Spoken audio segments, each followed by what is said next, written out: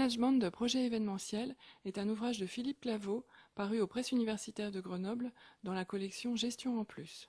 Bonjour, je suis Philippe Claveau, enseignant à l'université de Grenoble, Grenoble 2, donc tout ce qui est sciences sociales, enseignant en marketing opérationnel et marketing événementiel, donc tout ce qui touche à la vente et au développement commercial.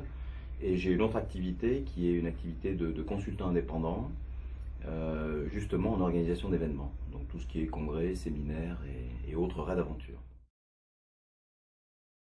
Je viens de l'énoncer. En fait, je suis enseignant dans ce métier-là. Donc, j'ai commencé par faire moi-même l'organisation d'événements il y a une quinzaine d'années pour IBM et ensuite pour une agence de communication événementielle.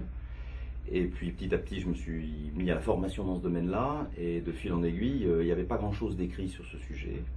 Donc en 2004, je crois, j'ai décidé de publier sur ce sujet, je dis, pour je crois, combler un trou en matière de formation et d'écrit d'ouvrage sur ce sujet. L'ouvrage, en fait, il est décomposé en 5 parties, on va dire, hein.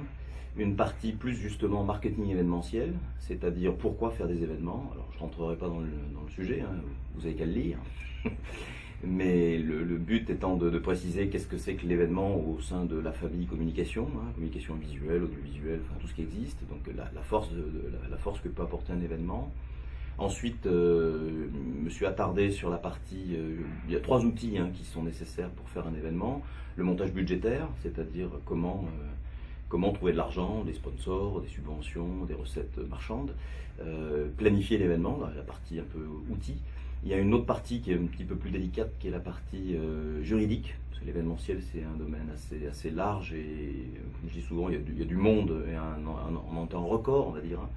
Donc il faut faire attention d'un point de vue juridique. Et puis une troisième partie technique qui concerne la partie, la partie promotion. C'est-à-dire, c'est le paradoxe d'un événement, c'est censé faire de la communication, mais il faut communiquer sur la communication. Il faut dire qu'il va y avoir un événement, une foire, un salon. Il faut faire de la pub pour ça, donc il y a toute une partie là-dessus. Voilà.